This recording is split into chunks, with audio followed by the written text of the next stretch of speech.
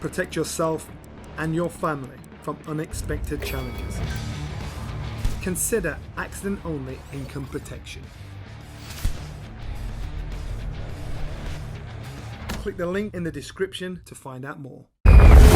Hey, Greg, you wish for a little more action? I do wish for more action, Mike. As you wish, Greg.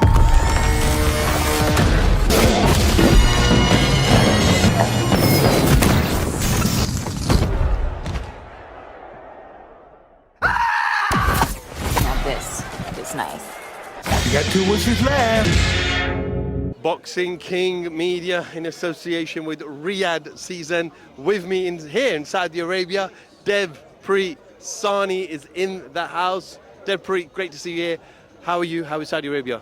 I'm great. It's great to be here. I've loved every second of every minute here in Riyadh in Saudi Arabia. It's great to see you here now as well, joining us for this epic fight week. I mean, Raza, let me ask you, look around, right? You don't see fights in venues like this. This is the workout. This is just the workout. Incredible. The guys had like Titantron thing, promo videos playing behind them when they were heading out for a workout. This is just different. The guys over here do things differently, and it's big time. I mean, we saw Francis Ngannou on the pads there, and the common theme from everybody online, especially, I'm talking about the hardcore boxing fans, that he's quite unorthodox. He's not throwing punches like a boxer will throw, and it's a complete and utter different style and sport for someone like Francis. I spoke to Dewey Cooper, who's his trainer. He's very confident that they're knocking out Tyson Fury. There you go, look. Pads aren't human beings, right? Francis Ngannou isn't planning on hitting pads on Saturday night. He's planning on hitting Tyson Fury. And it's not like Tyson Fury's a tiny target. He is 6'9", and Francis Ngannou's a monster. Francis Ngannou is the predator. Will the predator catch his prey?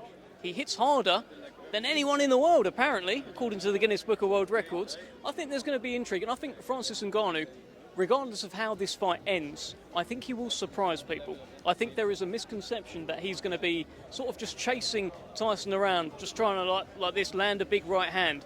I think there's more to it than that. You can't just go in this camp with Mike Tyson, a proper boxing camp with Dewey Cooper as well, having Carlos Takam around, having all these great minds around you, and just come out trying to land a big right hand. I think he's been talking about a delivery system, right?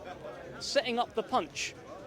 Is the delivery system ready? We're going to find out on Saturday, but he thinks it is.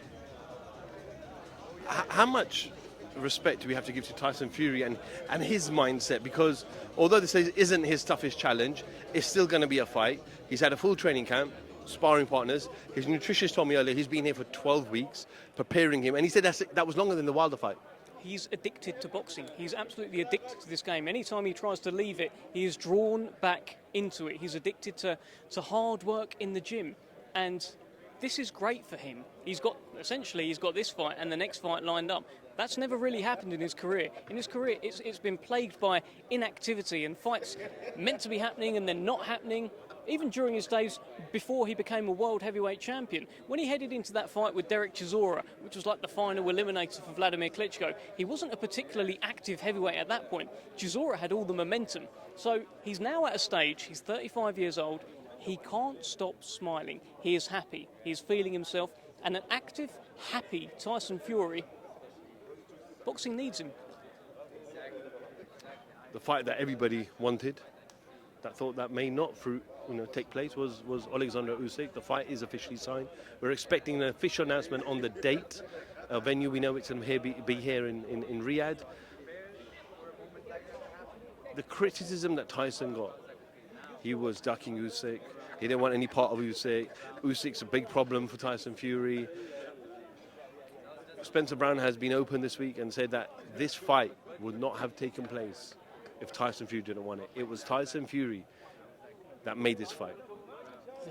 All of that stuff was just utter nonsense, and yet to just sort of live with it because some big media outlets were pushing that kind of narrative.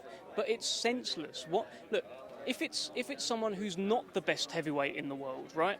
And maybe they're being protected and guided so that they get to the most amount of money, you'd kind of understand it, right? But when you've got Tyson Fury, who is the favourite against every heavyweight in the world, who believes and probably can beat everyone in the world, That's not a ducker and a diver. There's no one you need to protect him from. It's not a case of, oh, make sure he doesn't fight him.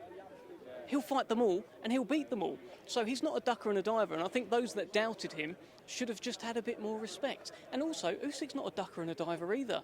It's just all about timing and things coming together, and it has all come together. And, providing no big upsets on Saturday, it's all going to happen.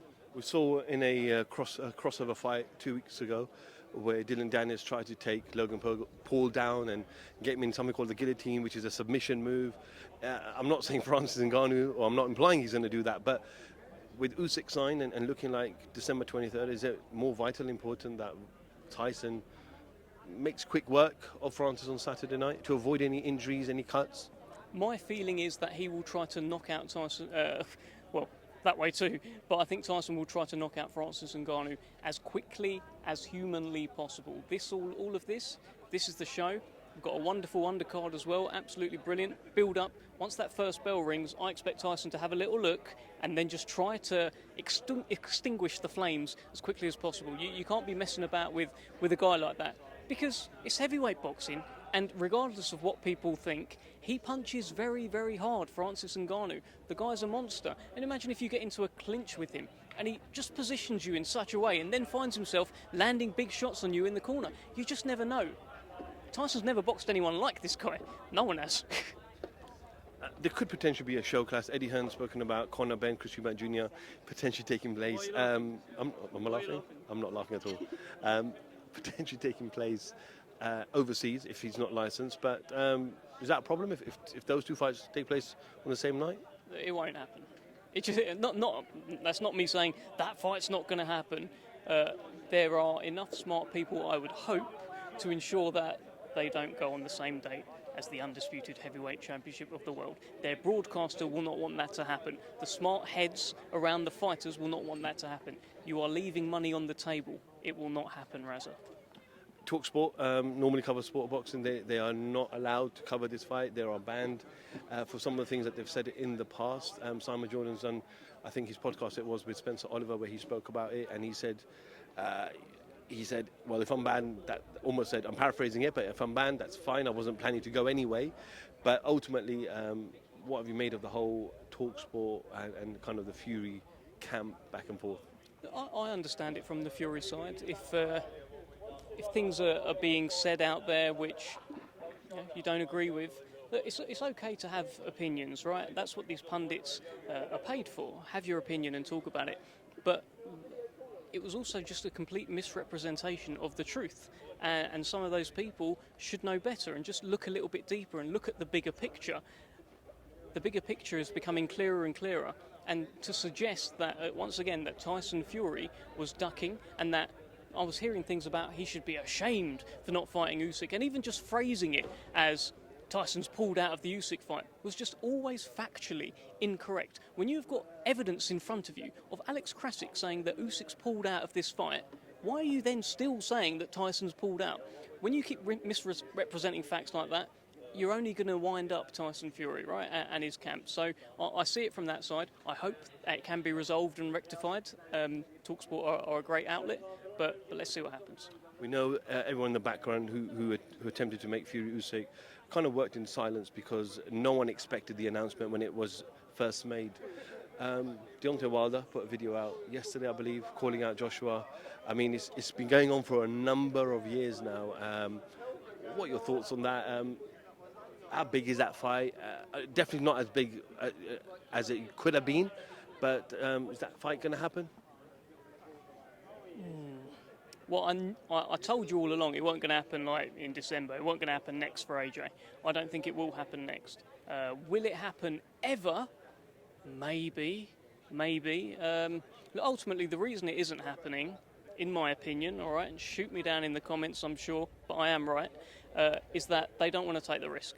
They only want to take the risk if there's crazy money on offer, and they thought they could get it. So they thought, all right, well, let's take the risk then. Let's go in with Wilder. Even though you're looking at AJ's last few fights and you're thinking, can he beat Wilder? I don't know. Let's find out for millions and millions and millions. If suddenly you're presented with the same fight for less money, then maybe you're less keen to take that risk. That's kind of where we are with it. Thank you always for your time, Dev. Appreciate it. Enjoy the rest of Fight Week festivities. I'm sure you're quite full on tomorrow, press conference, Friday weigh-in, and we'll catch up with you soon. Catch up with you soon. Great to see you out here, mate. Devpreet Sahni, thank you for speaking to Boxing King Media. All right, mate. Protect yourself and your family from unexpected challenges. Consider accident-only income protection. Click the link in the description to find out more. Hey, Greg, you wish for a little more action? I do wish for more action, Mike. As you wish, Greg.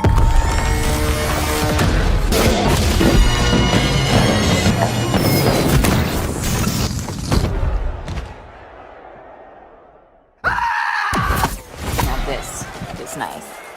You got 2 wishes left.